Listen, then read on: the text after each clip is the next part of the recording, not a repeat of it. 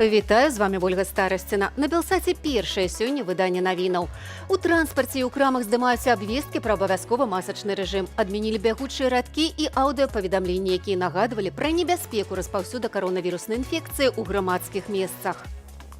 Сёння нагадванне пра абавязковае нашанне масак знікла не проста ў аўтобусах і крамах, дзяржаўных установах, месцах аказання бытавых паслугаў, іх няма і ў метро. Няма нават на ўваходзе ў Менскую раённую паліклініку, куды ідуць хворыя людзі. Калі дзе-нідзе яшчэ і засталася абвестка, то гэта хутчэй выключэнне і справа часу. Здымаць абвесткі пра абавязковы масачны рэжым не ўласнае жаданне арганізацыяў, а адміністрацыйнае рашэнне. Пасля таго, як Александр Лукашенко раскрытыкаваў абавязковы масачны рэжым, Міністэрства аховы здароўя адмяніла абавязковае нашанне масак у грамадскіх месцах. Сёння ж Лукашенко падчас наведвання раённай больніцы ў Лідзе заявіў, што ніколі не выступаў супраць нашэння масак і дадаў, што беларусы носяць маскі няправільна. Ну давай адзіную эту, господи мой. Лукашенко зазначыў, што культура выкарыстання ахоўных сродкаў ёсць толькі ў медыкаў. Грамадзяне ж не выконваюць усіх засцярогаў і рэкамендацыяў, таму выкарыстанне масак неэфектыўнае.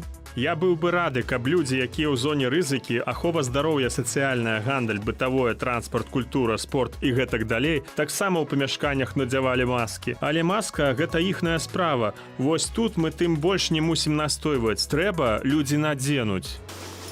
Таксама Лукашенко выступіў супраць паставак у Беларусь альтэрнатыўных вакцынаў. Бо, на ягоную думку, кітайская і расійская вакцыны зарэкамендавалі сябе лепш за заходнія аналагі. Гэтая заява прагучала на фоне нядаўнага візіту ў нашу краіну прадстаўніка Сусветнай арганізацыі здароўя і меркаванага абмеркавання з ім паставак у Беларусь заходніх прышчэпак. Белпошта папярэджвае пра небяспеку трапіць на махляроў. Ашуканцы праз званкі на мабільныя тэлефоны просяць людзей ад імя паштовага аператара паўдзельнічаць у фэйкавыя акцыі або розыгрышы. Здабытую такім чынам інфармацыю выкарыстоўваюць для крадзяжу грошай з банкаўскіх картак.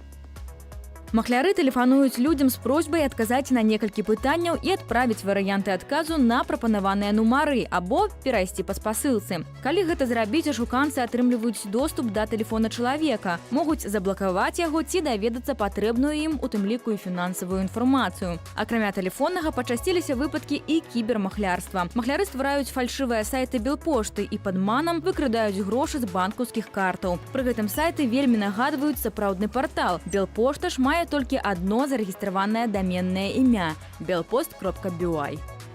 Выніковы даклад Міжнароднай арганізацыі цывільнай авіяцыі ІКАО пра інцыдэнт з прымусовай пасадкай самалёта Ryanair у Менску можа быць гатовы 12 лістапада. Пакуль для высноваў расследавальнікам бракуе інфармацыі.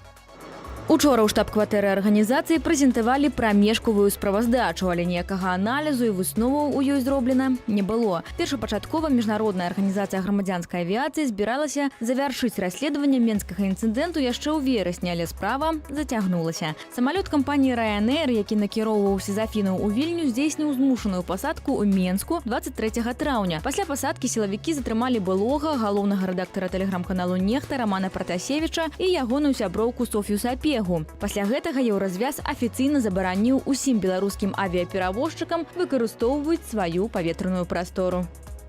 Больш за 700 столькі нелегальных мігрантаў спрабавала трапіць у еўразвяз праз Беларусь за апошнія сотні.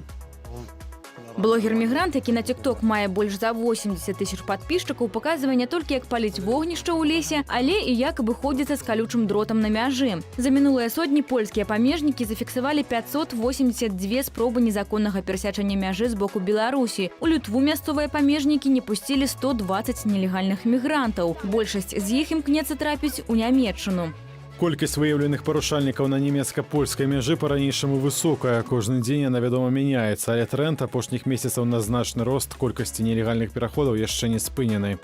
Згодна са звесткамі федэральнага ведомства ў справах міграцыі і уцекачоў, ад пачатку года праз Беларусь, а затым праз Польшчу, у Нямецчыну прыбылі ўжо больш як 6 тысяч мігрантаў. На гэтую хвіліну ўсё пра падзеі ў свеце распавяду о 17 гадзіне.